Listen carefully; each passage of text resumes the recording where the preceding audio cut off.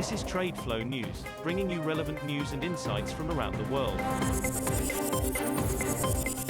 TradeFlow News, enabling trade for SMEs and economies worldwide.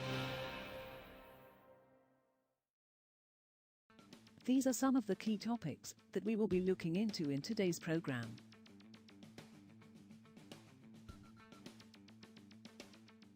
First, let's take a look at the overnight headlines which are impacting the commodity markets. The oil and gas industry went on a $250 billion buying spree in 2023, taking advantage of companies' high stock prices to secure lower-cost reserves and prepare for the next upheaval in an industry likely to undergo more consolidation. A surge in oil demand as world economies shook off the pandemic downturn has stoked acquirers' enthusiasm.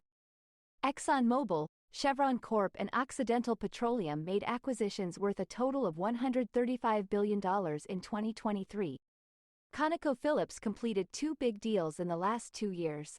The grand prize in this dealmaking is the largest U.S. shale oil field, the Permian Basin in West Texas and New Mexico.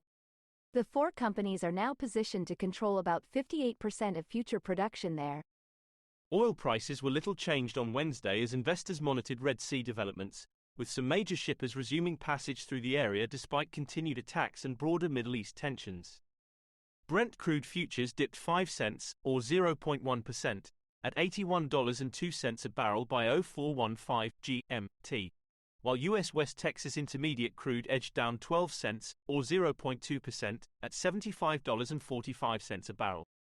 The benchmark settled more than 2% higher in the previous session as further attacks on ships in the Red Sea prompted fears of shipping disruptions, on top of hopes of U.S. interest rate cuts that could boost economic growth and fuel demand. Moving on to the top news in the energy sector. The United States has finalized contracts to purchase 3 million barrels of oil to help replenish the Strategic Petroleum Reserve, SPR, after the largest sale in history last year, the U.S. Department of Energy said on Tuesday.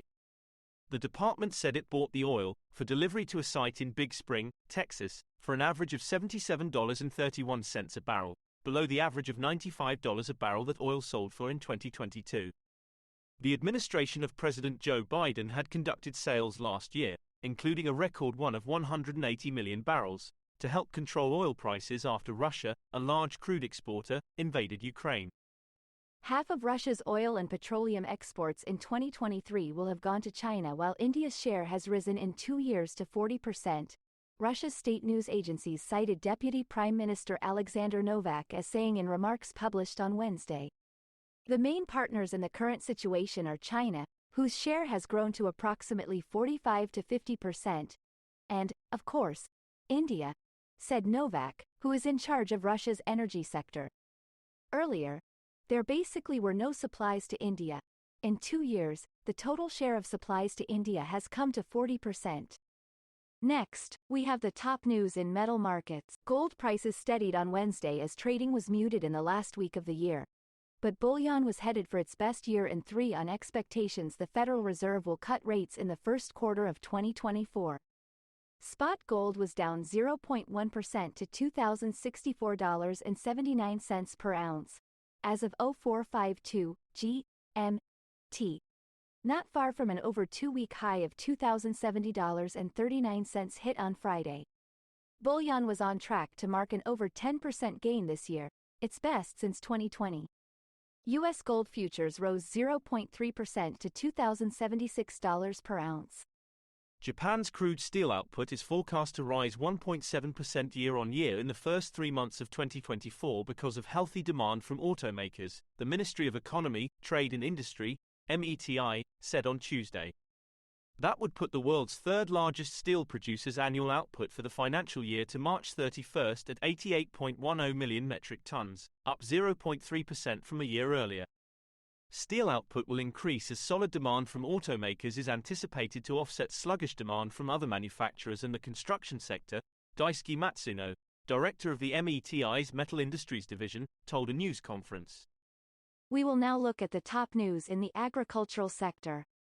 High food prices in recent years have prompted farmers worldwide to plant more cereals and oilseeds, but consumers are set to face tighter supplies well into 2024, amid adverse El Niño weather, export restrictions and higher biofuel mandates. Global wheat, corn and soybean prices, after several years of strong gains, are headed for losses in 2023 on easing Black Sea bottlenecks and fears of a global recession, although prices remain vulnerable to supply shocks and food inflation in the new year, analysts and traders said.